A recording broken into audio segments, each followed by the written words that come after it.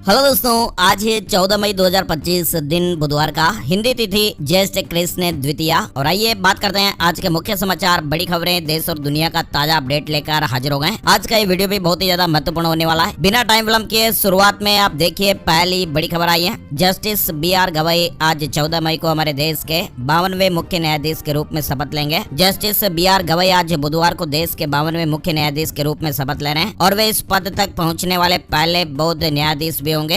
राष्ट्रपति द्रौपदी मुर्मू उन्हें शपथ दिलाएंगे और वे मौजूदा मुख्य न्यायाधीश संजीव खन्ना का स्थान लेंगे। वहीं जस्टिस खन्ना ने यह भी कहा कि न्यायपालिका में जनता का जो भरोसा है उसे हासिल नहीं किया जा सकता, बल्कि इसे अर्जित करना पड़ता है। CJI Sanjeev Khanna supreme court से सेवानिवृत्त हो गए और कहा कि रिटायरमेंट के बाद कोई भी पद स्वीकार नहीं करूंगा। CJI संजीव खन्ना रिटायर हो गए और इसके बाद अब जस्टिस BR गवई आज से हमारे देश के 52वें मुख्य न्यायाधीश CJI के रूप में शपथ लेने हैं। अच्छा, इसके अलावा एक और अपडेट आया कि अब हर साल 23 सितंबर को आयुर्वेद दिवस मनाया जाएगा। केंद्र सरकार ने एक महत्वपूर्ण निर्णय लेते हुए ये बड़ी घोषणा कर दी है कि अब हर साल 23 सितंबर को आयुर्वेद दिवस मनाया जाएगा। पहले क्या होता था कि ये धनतेरस के दिन मनाया जाता था, जो हर साल हिंदू पंचांग के अनुसार बदलता रहता है और अक्टूबर या फिर नवंबर में आता है। यानी इस वजह से हर साल आयुर्वेद दिवस की जो तारीख है वो निश्चित नहीं होती थी, लेकिन अब सरकार ने बड़ा अपडेट दे दिया है। अब हर साल 23 सितंबर को आयुर्वेद दिवस मनाया जाएगा। ये शुरुआत की जो दोनों खबरें, इससे जुड़ा करंट अफेयर्स में भी सवाल बन सकता है, इसलिए प्रतियोगी परीक्षार्थियों के लिए जरूरी अपडेट है। चलिए आगे बढ़ते हैं। बड़ी खबर आ रही है, भारत ने डोनाल्ड ट्रंप के बयान को गलत बताया है और कहा कि अमेरिका ने व्यापार पर कोई बातचीत नहीं की है। डोनाल्ड ट्रंप का दावा था कि ट्रेड रोकने की धमकी देकर सीज फायर कराया, लेकिन ये ताजा अपडेट आ चुका है कि भारत ने अमेरिकी राष्ट्रपति डोनाल्ड ट्रंप के उस बयान को गलत बताया है, जिसमें डोनाल्ड ट्रंप ने दावा किया था और कहा था कि उन्होंने भारत पाकिस्तान को सीज फायर नहीं करने पर व्यापार रोकने की धमकी दी थी। फिलहाल भारत ने ट्रंप के इस बयान को गलत बताया है। विदेश मंत्रालय ने डोनाल्ड ट्रंप के 2 दावे खारिज कर दिए, कहा कि कश्मीर पर तीसरे पक्ष का दखल मंजूर नहीं और ट्रेड रोकने की धमकी पर सीज फायर नहीं किया। विदेश मंत्रालय ने डोनाल्ड ट्रंप के 2 दावे खारिज कर दिए हैं। अच्छा, इसके अलावा बड़ी खबर आ रही है, PM मोदी ने एक बार फिर कहा कि हम हर आतंकी हमले का जवाब अपनी शर्तों पर देंगे। पाकिस्तान में ऐसा कोई भी ठिकाना नहीं है जहां पर आतंकी चैन से रह सकें, घर में घुसकर मारेंगे। PM मोदी ने एक बार फिर से चेतावनी दी है और कहा कि निर्दोषों का खून बहाना महाविनाश को जन्म देता है। दरअसल प्रधानमंत्री नरेंद्र मोदी ने ऑपरेशन सिंदूर की कामयाबी के बाद मंगलवार सुबह पंजाब के आदमपुर एयरबेस पहुंचकर भारतीय वायुसेना के अधिकारियों और जवानों से मुलाकात की और इस दौरान PM मोदी ने कहा कि देश सशस्त्र बलों का आभारी रहेगा। भारत माता की जय घोष की ताकत दुनिया ने देखी है और निर्दोषों का खून बहाने का एक ही अंजाम महाविनाश है। और भारत माता की जय ये सिर्फ उद्घोष नहीं है, ये देश के हर उस सैनिक की शपथ है जो माँ भारती की मान मर्यादा के लिए जान की बाजी लगा देता है। और ये देश के हर उस नागरिक की आवाज है जो देश के लिए जीना चाहता है, कुछ कर गुजरना चाहता है। भारत माता की जय मैदान में भी गूंजती है और मिशन में भी। PM मोदी ने कहा कि मैं गर्व के साथ कह सकता हूं कि आप सभी ने अपने लक्ष्य को पूर्णता के साथ हासिल किया। पाकिस्तान में न केवल आतंकवादी शिविर और उनके हवाई अड्डे नष्ट किए गए, बल्कि उनके नापाक मंसूबों और दुस्साहस को भी परास्त किया गया। और जब भारत के सैनिक मां भारती की जय बोलते हैं तो दुश्मन के कलेजे कांप जाते हैं। आदमपुर एयरबेस में PM मोदी ने कहा कि हम घर में घुसकर मारेंगे और बचने का एक भी मौका तक नहीं देंगे। वहीं आप देखिए पाकिस्तान का जो झूठ है वो धीरे धीरे सामने आ रहा है। भारत की कार्रवाई से बौखलाए पाकिस्तान ने भारत पर कई नाकाम हमले किए, जिसके जवाब में भारत की सेना ने पाकिस्तान के कई सैन्य ठिकानों को निशाना बनाया था और जिसमें पाकिस्तान को भारी नुकसान हुआ है। यानी भारतीय सेना पहले ही पाकिस्तान को घुटनों पर लाने के सबूत दे चुकी है और अब पाकिस्तान की तबाही की जो नई तस्वीरें हैं वो भी धीरे धीरे सामने आ रही हैं। ये सैटेलाइट की तस्वीरें हमारी भारतीय सेना के पराक्रम का सबूत दे रही हैं। भारत के सटीक हमलों में पाकिस्तानी एयरबेस को भारी नुकसान हुआ है, 4 सैन्य ठिकानों पर भारी तबाही दिखी। भारत की एयर स्ट्राइक में कई पाकिस्तानी एयरबेस तबाह हुए थे, अब ये सैटेलाइट इमेज सामने आया है। इसके अलावा आपको बताएं ताजा अपडेट जम्मू कश्मीर से आ रहा है। जम्मू कश्मीर में लश्कर के 3 आतंकियों को ढेर कर दिया गया, तीनों शोपियां के बताए जा रहे हैं। चलिए आगे बढ़ते हैं। बड़ी खबर, ऑपरेशन सिंदूर में शहीद हुए ये 8 भारतीय सैनिक CISF ने श्रद्धांजलि दी है। ऑपरेशन सिंदूर में भारतीय सेना ने पाकिस्तान के 9 आतंकवादी ठिकानों को नष्ट कर दिया, जिसमें 100 से ज्यादा आतंकवादी मारे गए और इस कार्रवाई में 8 भारतीय जवान भी शहीद हुए, जिनके बलिदान को CISF ने श्रद्धांजलि दी। सेना ने इन शहीद सैनिकों को श्रद्धांजलि अर्पित की और उनके साहस और बलिदान को सम्मानित किया। शोक संतप्त परिवारों के प्रति गहरी संवेदनाएं व्यक्त की गई। वहीं आप देखिए ऑपरेशन सिंदूर पर हमारी भारतीय सेना ने 70 देशों को ब्रीफ किया, सफलता की जानकारी दी। ऑपरेशन सिंदूर पर सेना ने 70 देशों को ब्रीफ किया है और इस दौरान सेना ने सभी देशों को ऑपरेशन सिंदूर की सफलता की जानकारी दी। उन्होंने सभी को पाकिस्तान में आतंकी ठिकानों पर हमले के बारे में बताया। वहीं जम्मू कश्मीर से अपडेट खबर देखिए, कुपवाड़ा में लोगों से मिले मुख्यमंत्री उमर अब्दुल्ला, नुकसान के आकलन के बाद मुआवजा देने का भी वादा किया है। जम्मू कश्मीर के मुख्यमंत्री उमर अब्दुल्ला ने मंगलवार को कुपवाड़ा जिले में पाकिस्तानी गोलाबारी से प्रभावित लोगों से मुलाकात की और इस दौरान उन्होंने आश्वासन दिया कि सरकार नुकसान का आकलन पूरा होने के बाद मुआवजा देगी। इसके अलावा आपको बताएं, ऑपरेशन सिंदूर की सफलता के बाद आज बुधवार को सुरक्षा से जुड़ी कैबिनेट कमेटी CCS की बैठक भी होने वाली है। वहीं आप देखिए, भारत के रक्षा बजट में भी जबरदस्त इजाफा 2013-14 की तुलना में 2.5 गुना की बढ़ोतरी है। भारत ने 2013-14 के 2.53 लाख करोड़ रुपए के रक्षा बजट से 2025-26 तक इसे बढ़ाकर 6.81 लाख करोड़ रुपए कर दिया है और ये वृद्धि आत्मनिर्भर भारत के लक्ष्य और रक्षा उत्पादन में स्वदेशी टेक्नोलॉजी को बढ़ावा देने पर केंद्रित है और इससे रक्षा निर्यात में भी वृद्धि हुई है। साथ ही मेक इन इंडिया पहल को भी बल मिला है, जिससे रोजगार के अवसर और आर्थिक विकास को गति मिली है। चलिए बड़ी खबर देखिए, एविएशन मिनिस्टर ने अधिकारियों के साथ समीक्षा बैठक की है। 15 मई से सभी 32 एयरपोर्ट पर फ्लाइटें शुरू हो जाएगी। नागर विमानन मंत्री के राम मोहन नायडू ने मंगलवार को सभी एयरलाइनों और वरिष्ठ अधिकारियों के साथ समीक्षा बैठक की है। साथ ही एक बड़ी खबर आप देखिए, भारत सरकार ने पाकिस्तान हाई कमीशन के एक अधिकारी को पर्सोना नॉन ग्राटा घोषित करते हुए 24 घंटे में देश छोड़ने का आदेश दिया है। ये कार्रवाई उस अधिकारी की भारत विरोधी गतिविधियों और राजनयिक मर्यादा के उल्लंघन के चलते की गई। यानी भारत सरकार ने पाकिस्तान उच्चायोग में कार्यरत एक अधिकारी को पर्सोना नॉन ग्राटा यानी अवांछित व्यक्ति घोषित कर दिया है और जो भी ऐसा व्यक्ति अवांछित घोषित किया जाता है, सरकार उसे भारत में रहने के लिए अयोग्य मानती है और ऐसे में अब इस पाकिस्तानी अधिकारी को तुरंत देश छोड़ना होगा। चलिए अगली बड़ी खबर देखिए आप, पीएम मोदी ने मंगलवार को टीबी मुक्त भारत अभियान की स्थिति और उसकी प्रगति की समीक्षा बैठक की है और इस दौरान पीएम मोदी ने कहा कि आज टीबी का इलाज संभव है, इसलिए लोगों में डर कम होना चाहिए और जागरूकता अधिक बढ़ानी चाहिए। पीएम मोदी ने स्वच्छता और जन सहभागिता को टीबी उन्मूलन का मूल मंत्र बताया है। पीएम मोदी ने कहा कि इलाज संभव है, टीबी से डरे नहीं, जागरूक रहें। बड़ी खबर दिल्ली से आ रही है, ऑपरेशन सिंदूर की सफलता के उपलक्ष्य में दिल्ली में कर्तव्य पथ से लेकर वॉर मेमोरियल तक तिरंगा यात्रा निकाली गई, जिसमें सीएम रेखा गुप्ता समेत कई मंत्री और सांसद शामिल हुए हैं और इस दौरान सभी ने सेना के जज्बे को सलाम किया। साथ ही देखिए, ऑपरेशन सिंदूर के 6 दिन बाद श्रीनगर एयरपोर्ट खुल गया है। वहीं बड़ी खबर है, जैसलमेर में भी Pakistani SIM ban, Bharat Pak border के पास मिसाइल नुमा वस्तु मिली थी। फिलहाल आपको बताएं, भारत पाकिस्तान बॉर्डर से सटे जिलों में मंगलवार को जनजीवन सामान्य हो गया, बाजार पहले की तरह ही खुले और बंद हुए। वहीं श्री गंगानगर के बाद जैसलमेर में भी पाकिस्तानी लोकल सिम के उपयोग पर रोक लगा दी गई है। बीकानेर, किशनगढ़, अजमेर और जोधपुर के एयरपोर्ट भी शुरू हो चुके हैं। चलिए खबरों का सिलसिला और आगे बढ़ाते हैं। बड़ी खबर में आप देखिए, झारखंड से सहारा में निवेश करने वालों के लिए अच्छी खबर है। झारखंड के मुख्यमंत्री हेमंत सोरेन ने सहारा इंडिया के निवेशकों को उनका हक दिलाने का आश्वासन दिया है। राज्य सरकार ने सहारा के निवेशकों को हक दिलाने के लिए तमाम जरूरी उपाय करने का आश्वासन दिया है। मंगलवार को मुख्यमंत्री हेमंत सोरेन के एक प्रतिनिधि मंडल से मुलाकात के दौरान कहा कि सहारा इंडिया के निवेशकों को हक अधिकार दिलाने के लिए अब वह सरकार विधि सम्मत कदम उठाएगी। झारखंड के युवाओं के लिए गुड न्यूज आ रही है। झारखंड राज्य में जल्द ही 10,000 शिक्षकों की नियुक्ति होने वाली है। जापान की रेनेसास इलेक्ट्रॉनिक्स कॉर्पोरेशन ने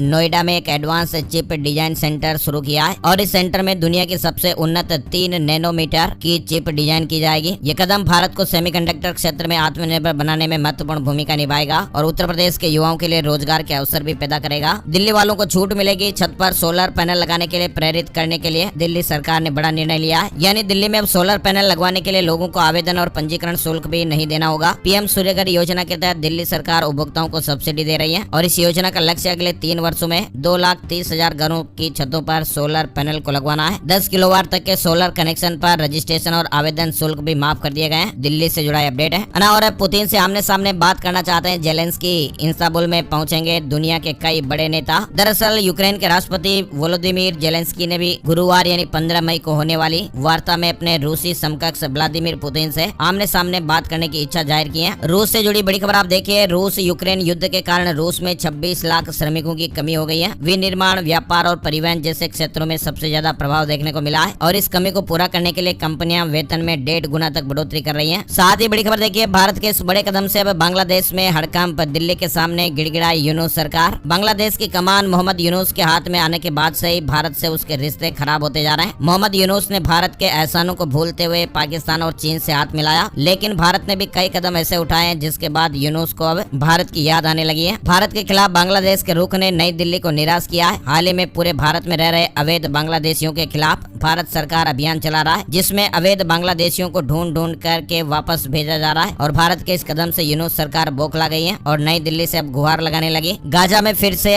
कहर देखने को मिला है। इजराइल ने सिनवार पर मिसाइल चलाई, अस्पताल के नीचे था हमास का अड्डा। गाजा में एक बार फिर हालात बिगड़े जब इजराइल ने यूरोपियन अस्पताल पर हवाई हमला किया। इजरायली सेना ने यह दावा किया कि अस्पताल के नीचे हमास का कमांड सेंटर था जहां पर हमास का नेता मोहम्मद सिनवार छिपा हुआ था। वही देखिए आप इंग्लैंड में कामकाज के नियम बदल गए हैं। भारतीय छात्रों के लिए नहीं, इन लोगों के लिए भी खतरा है। ब्रिटेन में कामकाज के नियमों में बदलाव हुआ है। दरअसल लीगल इमिग्रेशन में बदलाव किए गए और इसी के तहत अब स्किल्ड वीजा सिर्फ डिग्री वालों को ही मिलेगा। इसी के साथ दूसरी तरफ ग्रेजुएशन वीजा जो छात्रों को देश में ग्रेजुएशन होने के बाद काम करने की इजाजत देता है उसे 2 साल से घटाकर 18 महीने कर दिया जाएगा। यानी दोस्तों होता क्या कि हर देश में जब आप कामकाज करने के लिए जाते हैं तो उसके कुछ नियम होते हैं। हालांकि अब इंग्लैंड में कामकाज के नियम बदल गए हैं। अब ब्रिटेन में 5 साल गुजारने के बाद आप वहाँ की नागरिकता हासिल नहीं कर सकते, बल्कि नागरिकता हासिल करने के लिए अब देश में 10 साल गुजारने होंगे। चलिए अगली बड़ी खबर, अमेरिका और सऊदी अरब में 12 लाख करोड़ रुपए से ज्यादा की डिफेंस डील हुई है और यूएस ने इतिहास का सबसे बड़ा समझौता बताया। डोनाल्ड ट्रंप का राष्ट्रपति बनने के बाद पहला विदेशी दौरा भी है। अमेरिका और सऊदी अरब ने मंगलवार को 142 बिलियन डॉलर यानी कि 12 लाख करोड़ रुपए से ज्यादा की डिफेंस डील पर साइन किया है और अमेरिका के व्हाइट हाउस ने इसे इतिहास की सबसे बड़ी डिफेंस डील बताया है। और इस समझौते में सऊदी अरब को C-130 ट्रांसपोर्ट विमान, मिसाइलें, रडार सिस्टम और कई एडवांस हथियार दिए जाएंगे। साथ ही आप बड़ी खबर देखिए, चीन ने बोइंग विमानों की डिलीवरी लेने से बैन हटा दिया है। अमेरिका के साथ ट्रेड डील के बाद यह बड़ा फैसला लिया गया। अमेरिका पर जवाबी टैरिफ लगाएगा भारत। एल्यूमिनियम स्टील इंपोर्ट पर 25% ड्यूटी वसूल रहा है यूएस। 64,500 करोड़ का इंपोर्ट प्रभावित हो सकता है। दरअसल भारत ने स्टील और एल्यूमिनियम पर अमेरिकी टैरिफ के जवाब में वर्ल्ड ट्रेड ऑर्गेनाइजेशन के नियमों के मुताबिक रिटेलिएटरी यानी जवाबी शुल्क लगाने की बात कही है। वही देखिए आप अप्रैल में रिटेल महंगाई घटकर 3.16% पर आई और ये करीब 6 साल में सबसे कम है। खाने पीने के सामान की कीमतों में कमी से महंगाई घटी है। यानी भारत में रिटेल महंगाई अप्रैल में घटकर 3.16% पर आ गई है और ये महंगाई का 69 महीनों का निचला स्तर है। इसके अलावा आप देखिए पंजाब से एक बड़ी दर्दनाक खबर सामने आ रही है। पंजाब में जहरीली शराब से अब तक 21 लोगों की जानें जा चुकी है।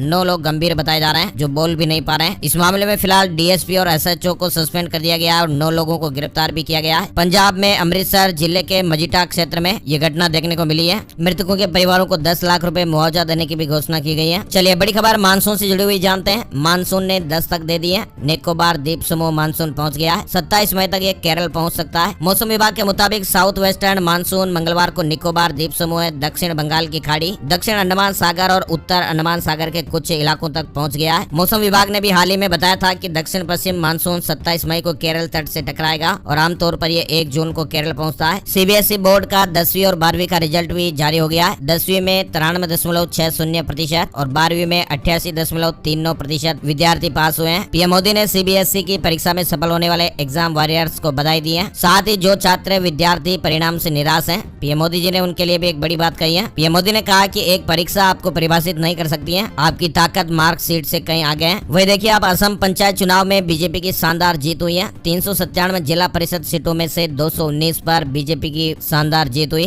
और सीनियर एडवोकेट बनना सिर्फ चुनिंदा लोगों का अधिकार नहीं, सुप्रीम कोर्ट ने बड़ा अपडेट दिया है। उच्चतम न्यायालय ने मंगलवार को वकीलों को वरिष्ठ अधिवक्ता का पदनाम देने के लिए नए दिशा निर्देश जारी किए हैं। साथ ही शीर्ष अदालत ने सुप्रीम कोर्ट और हाई कोर्ट के वकीलों के लिए मौजूदा अंक आधारित मूल्यांकन प्रणाली को खत्म कर दिया है। सुप्रीम कोर्ट ने मंगलवार को दिल्ली के चांदनी चौक के फतेहपुरी क्षेत्र में संपत्तियों को गिराने पर रोक लगा दी है और एमसीडी को कड़ी फटकार भी लगाई। रिपोर्ट मांगी गई है। छत्तीसगढ़ में सुरक्षा बलों द्वारा चलाए जा रहे एंटी नक्सल ऑपरेशन से माओवादी संगठन में भारी दहशत का माहौल है। एनकाउंटर में जान गंवाने के डर से संगठन से जुड़े नक्सली लगातार सरेंडर कर रहे हैं। सुकमा में 5 महिला समेत 14 हार्डकोर नक्सलियों ने सरेंडर किया। इन पर कुल 16 लाख रुपए तक का इनाम भी घोषित था। साथ ही बड़ी खबर देखिए, जस्टिस यशवंत वर्मा मामले में एफआईआर दर्ज करने की मांग हो रही है। सुप्रीम कोर्ट में याचिका दायर की गई। मुर्शिदाबाद हिंसा पर सुप्रीम कोर्ट का एसआईटी जांच से इंकार हो गया है। सुप्रीम कोर्ट ने कहा है कि हाई कोर्ट जाएं। साथ ही देखिए आप बिहार के सरकारी इंजीनियरिंग कॉलेज के छात्र अब फ्रेंच और जर्मन भाषा भी सीखेंगे। 15 सरकारी इंजीनियरिंग कॉलेजों में विदेशी भाषा सिखाने की नई पहल की गई है।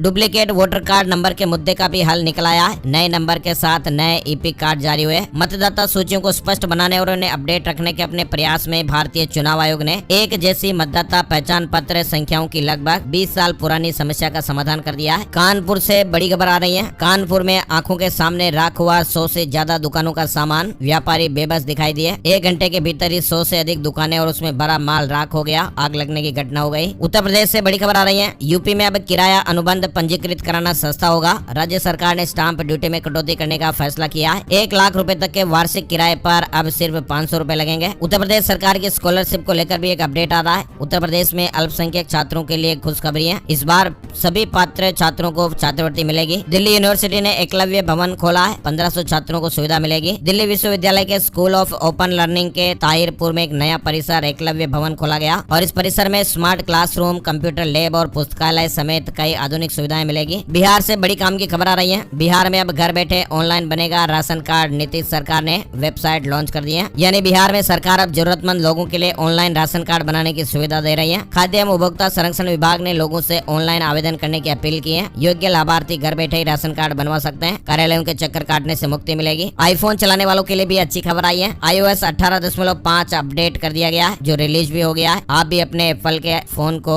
आईफोन को नए फीचर्स के साथ अपडेट कर सकते हैं। चलिए बड़ी खबर आप देखिए। यूपीएससी न्यू चेयरमैन से जुड़ी है बड़ी खबर है। पूर्व रक्षा सचिव अजय कुमार यूपीएससी के नए चेयरमैन बन गए। केंद्र सरकार ने पूर्व रक्षा सचिव अजय कुमार को संघ लोक सेवा आयोग का चेयरमैन नियुक्त किया है। यूपीएससी सिविल सेवा प्रारंभिक परीक्षा का प्रवेश पत्र भी जारी हो गया है। 25 मई को एग्जाम होना है। आरआरबी एनटीपीसी एग्जाम से जुड़ी खबर भी आ रही है। 5 से 23 जून तक होगी आरआरबी एनटीपीसी स्नातक स्तरीय भर्ती परीक्षा। नोटिस जारी हो गया है। वही देखिए आप विराट और अनुष्का प्रेमानंद महाराज से मिलने के लिए पहुंचे। महाराज ने विराट से पूछा प्रसन्न हो। अनुष्का को राधा नाम जपने का उपदेश भी दिया। टाटा मोटर्स का चौथी तिमाही में मुनाफा 51% कम हुआ है। 6 रुपए डिविडेंड भी देगी कंपनी। चौथी तिमाही में हीरो मोटोकॉर्प को 1081 करोड़ का मुनाफा हुआ है। कमाई 5% बढ़कर 10,162 करोड़ रुपए पर पहुंच गई है। शेयर मार्केट न्यूज अपडेट में आपको बताएं, हफ्ते के पहले कारोबारी दिन की बड़ी बढ़त के बाद शेयर बाजार में बड़ी गिरावट रही। सेंसेक्स करीब 1282 अंक गिरकर 81,148 के स्तर पर बंद हुआ। निफ्टी में भी 346 अंकों की गिरावट रही और ये 24,578 के स्तर पर बंद हुआ है। सोने चांदी के भाव से जुड़ा अपडेट भी आपको बताते हैं। सोने चांदी के दामों में बढ़त रही। 10 ग्राम 24 कैरेट सोने के दाम 1268 रुपए बढ़कर 94,344 रुपए पर पहुंच गए। चांदी का भाव 1,094 रुपए बढ़कर 96,820 रुपए प्रति किलो पर रहा। सैमसंग गैलेक्सी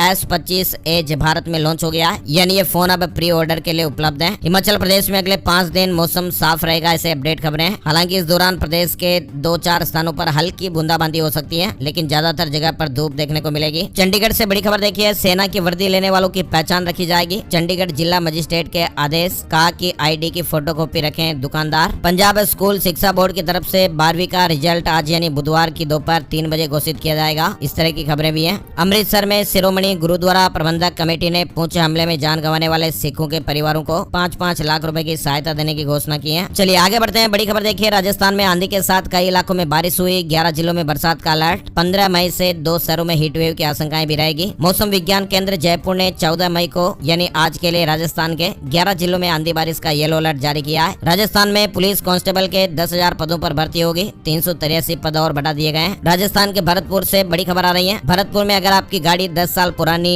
डीजल या 15 साल पुरानी पेट्रोल की है तो ये खबर आपके लिए जरूरी है। 1 अप्रैल 2026 से भरतपुर समेत पूरे एनसीआर में ऐसी गाड़ियों को पेट्रोल डीजल नहीं मिलेगा। राजस्थान कर्मचारी चयन बोर्ड की लिपिक ग्रेड द्वितीय या कनिष्ठ सहायक भर्ती में पात्रता जांच और दस्तावेज सत्यापन आज यानी 14 मई से प्रारंभ हो रहे हैं। इस भर्ती में दस्तावेज सत्यापन की जिम्मेदारी शिक्षा विभाग को सौंपी गई है। इधर मध्य प्रदेश से जुड़ा अपडेट भी देखिए। भोपाल समेत कई जिलों में बारिश। मध्य प्रदेश में 15 जून को मानसून दस्तक दे सकता है। फिलहाल मौसम विभाग के अनुसार मध्य प्रदेश में 16 मई तक कई इलाकों में आंधी बारिश का अलर्ट है। वही आप देखिए मध्य प्रदेश में 2 हफ्ते बड़ी प्रमोशन की टाइमलाइन। एमपी में 9 साल से कर्मचारियों के प्रमोशन लंबित हैं और इस मसले को सुलझाने में जुटी मोहन यादव सरकार। प्रमोशन फॉर्मूले को लेकर एक बार फिर बड़ा अपडेट आया है। अब प्रमोशन की टाइमलाइन कम से कम 2 हफ्ते के लिए आगे बढ़ गई है। मध्य प्रदेश से जुड़ा अपडेट देखिए आप। स्वास्थ्य विभाग के भर्ती नियमों में जल्दी बदलाव होगा। फार्मासिस्ट, नेत्र सहायक, ओटी टेक्नीशियन के पदों पर भर्ती के मापदंड बदलेंगे। नए नियम आने वाले हैं। साथ ही आप इंदौर से जुड़ी बड़ी खबर देख सकते हैं। व्हाट्सएप पर नकली नोट बेचने का सौदा हो रहा था। इंदौर पुलिस ग्राहक बनकर पहुंची और 2 युवकों को 40 लाख की नकली करेंसी के साथ पकड़ा है, जिन्हें उन्होंने असली नोटों की गड्डियों में ऊपर नीचे छिपा रखा था।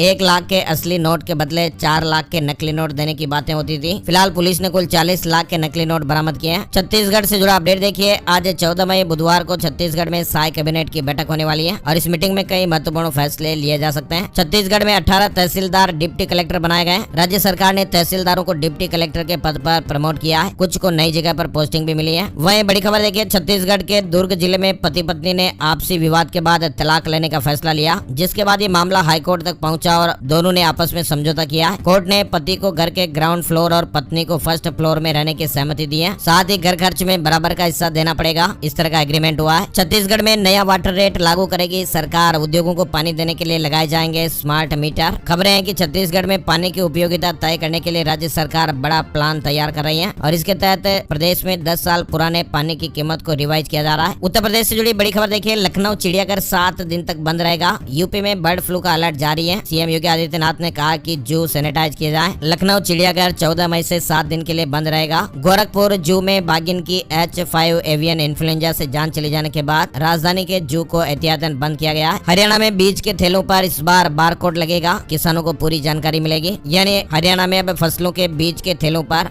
बारकोड का टैग लगाया जाएगा और इस बार बारकोड को स्कैन करके बीज के निर्माता से लेकर इसका वजन, किस्म आदि के बारे में डिटेल जानकारियां मिलेगी। अब एक नजर डालते हैं आज के राशिफल पर। आज 14 मई बुधवार के ग्रह नक्षत्र सौम्य योग बना रहे हैं, जिससे मेष राशि के बिजनेस करने वालों को सफलता मिल सकती है। वृष राशि वालों की तरक्की के योग बनेंगे। कर्क और कन्या राशि के लोगों को रुका हुआ पैसा मिलने के योग है। तुला राशि वालों के भी रुके हुए काम पूरे हो सकते हैं। निवेश करने के लिहाज से धनु राशि वालों के लिए भी अच्छा दिन है। कुंभ राशि वालों के लिए भी आज गुड न्यूज मिल सकती है और इसके अलावा बाकी राशियों पर सितारों का आज मिला जुला असर रहेगा। तो ये थे दोस्तों आज के मुख्य समाचार, बड़ी खबरें, हेडलाइंस और सुर्खियां, अपडेट। इस वीडियो को आप प्लीज लाइक कीजिएगा, फेसबुक और व्हाट्सएप पर शेयर भी कर दीजिएगा। आपका लाइक और शेयर हमें बहुत ज्यादा मोटिवेट करता है, तो प्लीज आप इस वीडियो को लाइक और शेयर जरूर कीजिएगा। प्यार भरा सा निवेदन है, ताकि हम ऐसे ही डेली न्यूज बुलेटिन के अपडेट लेते रहें, ताजा खबरें देखते रहें। एक और नई जानकारी और अपडेट वीडियो में फिर मिलते हैं, तब तक के लिए जय हिंद, जय भारत, वंदे मातरम।